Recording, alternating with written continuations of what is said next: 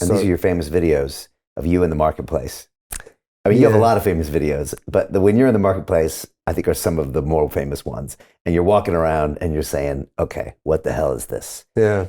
What do you see when you walk in the supermarket? Well, it's definitely scary. Definitely scary. And it's horrible, really horrible, disgusting stuff because we've all got to go to the supermarket. Like if it's 8 at night and you're local, you ain't going up to grocers because it's shut or whatever, and we go to work. Now, unfortunately, grocery shops are not 24-hour like Tesco's or whatever. But when I walk into a supermarket, the first thing you're going to walk into the door, what do you see? When you walk in, you have the layout. What do you see? Alcohol when you walk in? Exactly. You know what I mean? As soon as you walk in there, you got the flowers and you got the flowers. You walk in there and you're in the moment when you walk in there. Flowers are meant to get you in a state. Yeah, you smell the flowers. So you open up and you're happy. Yeah. Which means the next thing you see, which is the special on champagne, looks good for you. Totally. Yeah, you broke this down the other day. I was like, oh, wow. Okay. Yeah. So you're walking in there, you give the flowers, you're giving the flowers. Suddenly, when you're walking in there, you're talking to your auntie or you're talking to your kid or you're talking to whoever. So you're in the moment, you're going, let's go to Tesco's, let's go to Tesco. Stop saying Tesco. I don't want to. So supermarket, go to the supermarket. And you walk in there, you're with your wife, you're with your kid, you're having a beautiful time.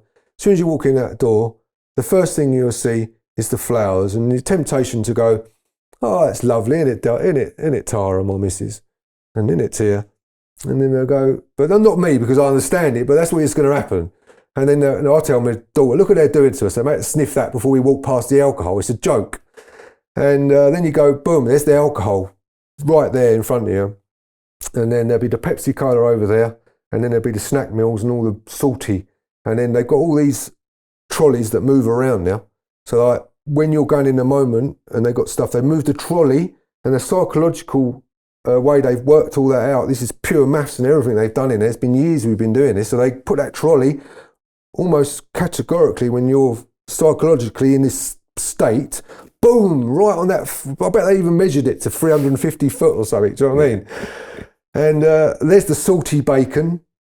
There's all the promo meals of salt and sweetness.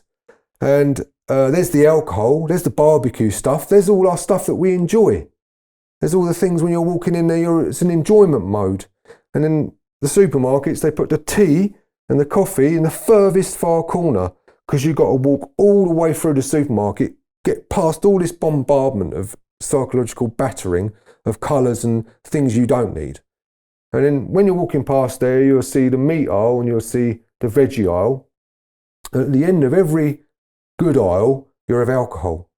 They'll be stacked on, and what I hate about it is that you're walking a certain way. They've encouraged you to walk away, and you'll see all the alcohol in your face there and there and there.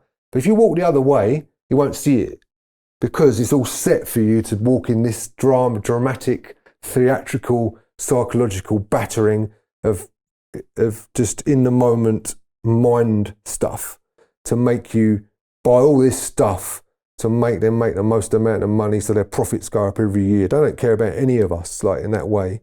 Right, and then their good buddies in the pharmaceutical industry can then treat us with drugs because we're killing ourselves with food, and then everybody wins. And all those marketing the pharmaceuticals, they're the ones creating all the tests and all the surveys and stuff. They're the ones who do all these setups. When you survey, look into stuff. Yeah. They're the ones who have made up these programs to say it's okay. It's already decided by them lot. You've got no choice in the matter, really. And like I say, the meat aisle's a tiny aisle. Like for the amount of people where I live, there's thousands and thousands of people. Walk up the meat aisle, it's only like 3 of this room. That's supplying the rest of it. Even the shampoo and everything's all got petroleum in it. It's not, you won't find, I supply, I'm not trying to sell nothing, but I make my own organic soap, or not organic, but natural soaps because it's got tea tree and lemon in it, which is an antimicrobial. And that's killing the microbes so you don't smell. You don't need deodorant. And you can shave with it as well, so you don't need to buy shaving foam. But you won't find nothing that's going to destroy a load of industry because that's where they make thousands of millions of pounds out of deodorant, out of making you stink all the time. If you wash your normal soap, you're going to stink 2 seconds after because you haven't killed the microbes. You just washed yourself, but all the smell's still there. If you kill the microbes, but they're not going to give you that because that loses a massive section of their market. Right. So everywhere you're going, it's not. And even the food that looks like healthy food is not. Yeah. It's the low fat, it's got the sugar in it, it's got all these other preservatives in it. So even the stuff that purports to be good food isn't good food. Totally. Yeah. So in there, you'll touch the meat, maybe, the vegetables, if it's organic, and otherwise you try to get the hell out of there. I'll definitely get the hell out of there. Yeah, Yeah. I'll try and make it as just fruit, veg, and laugh at everything else, get a bit of meat. And I try and, thinking about meats and stuff, it's nice to get a local meat if you like, or been lucky enough to be given some meat, through my things that I do. But certainly, it's definitely not the greatest place for being healthy. And like, so if you not aware of what's going on, you will spend 30, you spend an £80 bill and then 30 quid of that be on meat and vegetables, and the rest of it be on whatever it is. And people say they can't afford these things, but processed rubbish food costs you your life, costs you your fitness, costs you your mental state, costs evolution of your children because they think this is the right food to eat. So then it's costing our environment in the future. You keep doing that, they're going to keep digging all the minerals up to pay for the plastics and pay for everything. So it's definitely not.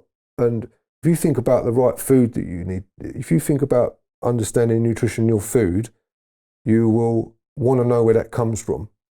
And because if you're into looking after yourself and you want minerals and decent food, that'll make you go to where it comes from in a decent place. Well, that means the land's going to be good.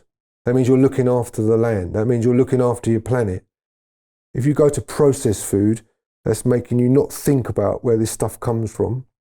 So you're not educating yourself on minerals and food and everything else, and realising you're a human and you need that.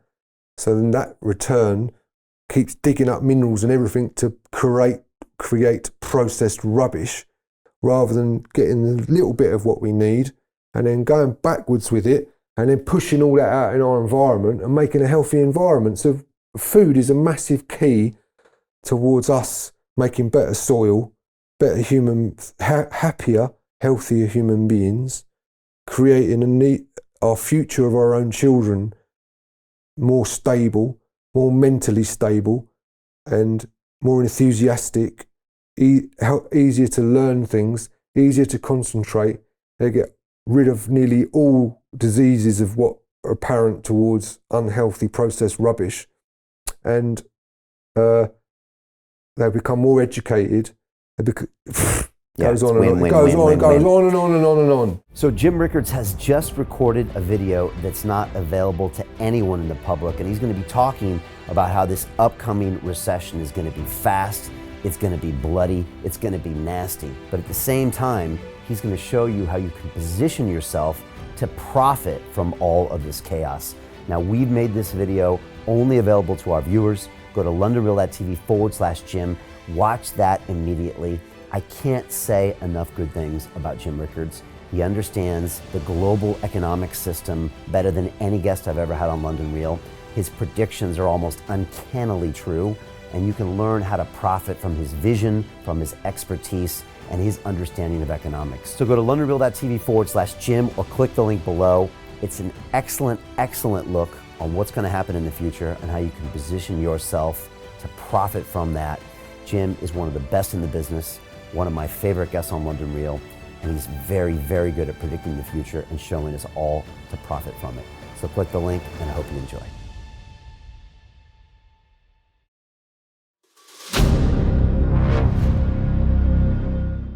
I'm looking for partners, collaborators, colleagues who want to join forces with me around the globe and create real value, generational wealth, and financial freedom for everyone else around the world. Get involved in the cryptocurrency markets, get involved in the NFT markets. This is your moment. Life all comes down to a few moments. Don't let this pass. Now it's not too late. Next year is going to be too late. Ultimately, this is about freedom. That's the way I see it. This is about giving power back to the people and enabling billions of people worldwide to use the financial markets to improve their lives and those of their friends and their families and their communities. Honestly, I think it's a violation of human rights not to allow people basic access to financial services. Because right now people are being kept in the dark, they're being robbed of education, and it's a travesty. And so I'm looking for people that want to join me and be a part of this solution. And that all happens inside the DeFi Academy. The gains my students are making are absolutely amazing. Double, triple digit gains in the first month alone. That's amazing. This will change your life. Now is the time to get involved. I'm gonna tell you exactly how my students in my academy made money in the last 30 days. I'm talking about real trading results. And let me just whet your appetite a little bit. Let me hit you with some numbers. I'm talking Brendan from New Zealand is up 68.77% on the month. Steve from Europe up 83%. Albert in Singapore up 169.9% on one single trade. I got Susan up 153% on her call options alone. Also rocking 139% returns and 442% returns as well on individual trades. These are people that are changing their financial future in the last 30 days, but it's based on trading discipline. I've graduated over 500 students from inside my academy from over 54 countries around the world. It's amazing. When it comes to crypto, DeFi, and blockchain, we love this space. We truly believe it's the future. This is down to our core. It's authentic to what we're doing, and everybody can tell through the camera because you can't make this stuff up. If you're watching me now, wherever you are, I implore you, take 60 seconds right now and join my academy. Apply today. Now you've got a chance. Life all comes down to a few moments. What are you gonna do? What's the choice that you're going to make?